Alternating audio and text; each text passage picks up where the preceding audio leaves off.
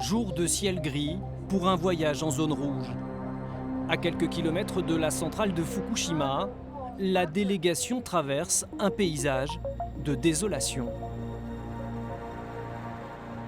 Nous sommes donc à la ville de Okuma. Et les deux côtés étaient les champs de riz. Et nous allons passer sur la rivière Kuma, qui était connue pour le retour des saumons.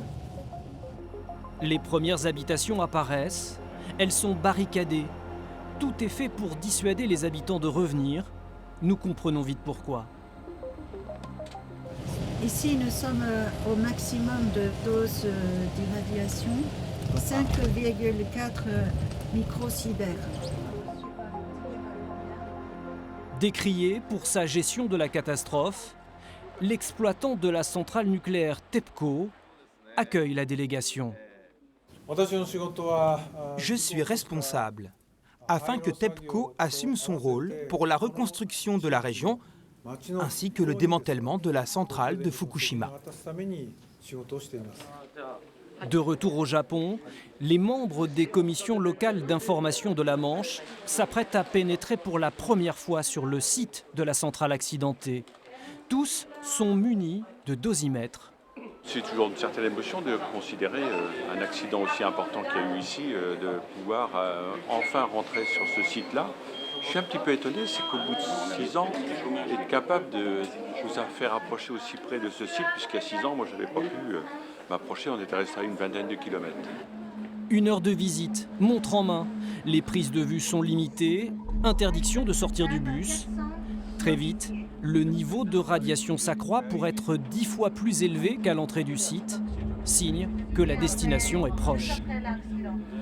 En face de nous apparaît le réacteur numéro 1.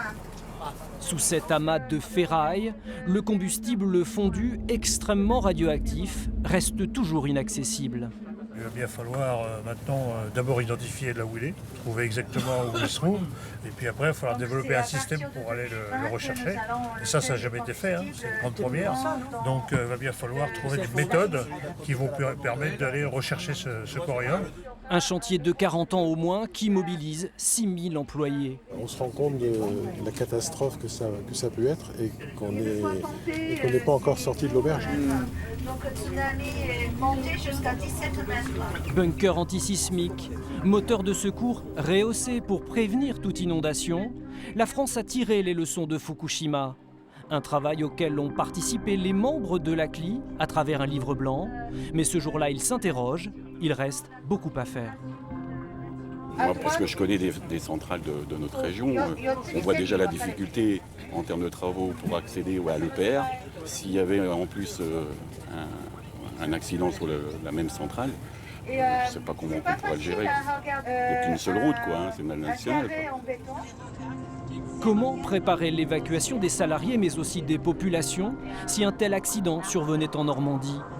La délégation quitte Fukushima, elle va bientôt croiser la route des réfugiés du nucléaire et prendre la mesure de la dimension humaine de la catastrophe.